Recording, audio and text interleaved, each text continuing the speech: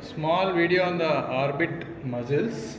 So most importantly, as far as the facial expression muscles are considered, we consider about the orbicularis oculi, and more importantly levator palpebrae superioris, third one being corrugator superciliae, and fourth one being frontalis.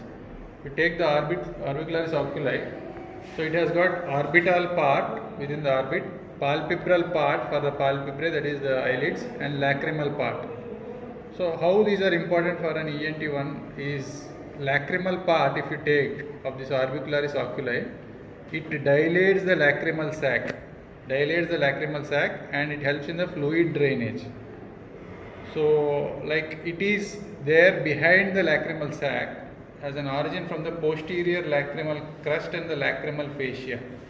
Posterior lacrimal crust and lacrimal fascia. Remember, this is orbicularis oculi only, a part of it, that is from the posterior lacrimal crust and lacrimal fascia.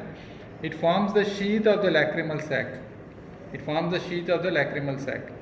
It passes on the tarsal plate, and insertion is into the lacrimal raphe.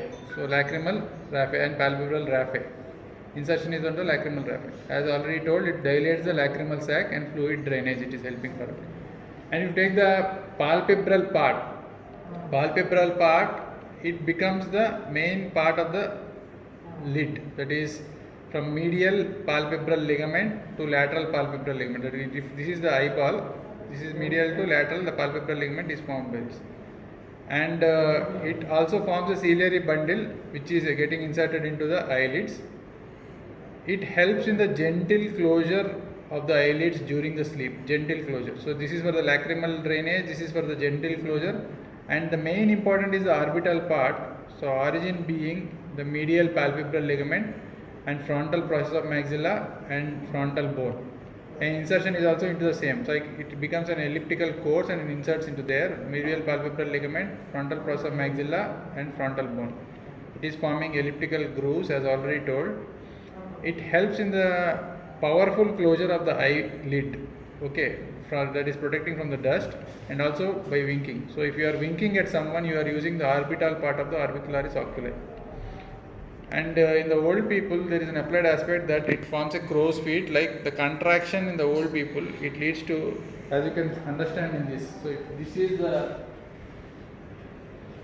eye, there will be some lines like this in old people. So this is becoming something like a crow's foot. So crow's feet. And it is also applicable in ectropion, wherein you have got a lot of leakage of this watering from the eye, called as ectropion, that is the external eversion of your eyelid. And second most important muscle in the orbit is at the levator palpebrae superioris. If you take the origin of this levator palpebrae superioris, the name itself says it elevates the eyelid, so that is elevates the eyelid, it is a function.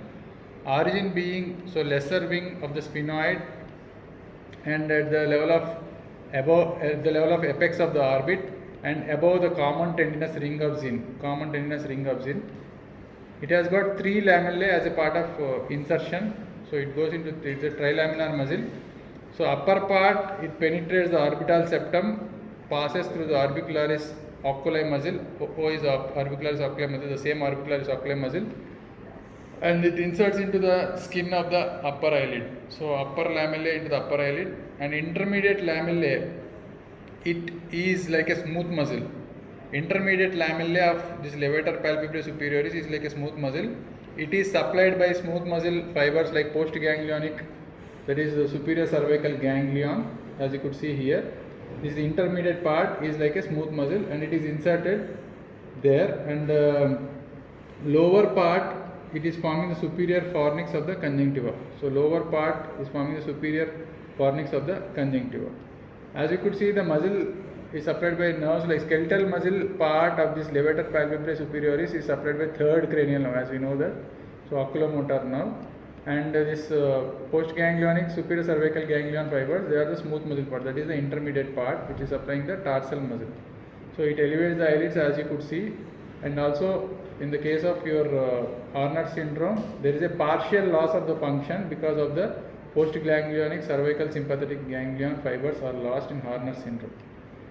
The third important muscle in the orbit is the corrugator supercilii. So origin is at the medial end of the superciliary arch.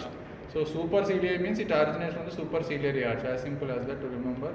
And insertion is the skin of the eyebrow, that is at the level of eyebrow, above the supraorbital margin.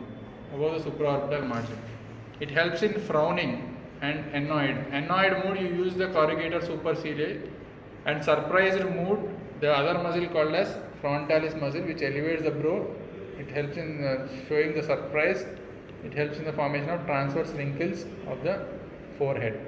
Thank you very much for watching the orbital muscles. Of this, important for ENT surgeon is this lacrimal part of this orbicularis oculi, and levator palpebrae superior during facial palsy. We have got some idea about this, and by means of this ectropion during this lacrimal sac surgery also you will have that idea about this orbit muscles.